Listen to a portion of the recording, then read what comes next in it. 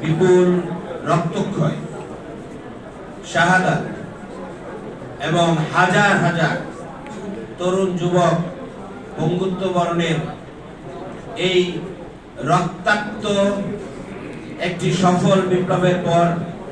পুরনো ধারায় যেন দেশ আর ফিরে না যায় এবং যে অঙ্গীকার নিয়ে ফ্যাসিস্টদের বিরুদ্ধে আন্দোলন গড়ে তোলা হয়েছিল সেই অঙ্গীকার বাস্তবায়নের লক্ষ্যেই এই বাংলাদেশের বলতে পারেন অধিকাংশ রাজনৈতিক দল কাজ করে আসছিল এবং তারই ধারাবাহিকতায় ঐক্যমত্য কমিশন গঠিত হয়েছে এবং শত শত প্রস্তাবনার পরে অবশেষে তারা ঐক্যমত্য হয়ে একটি সনদ তারা স্বাক্ষর করেছে। কিন্তু সেই সনদ স্বাক্ষর করলেও সেই সনদ বাস্তবায়নের ক্ষেত্রে যে সমস্ত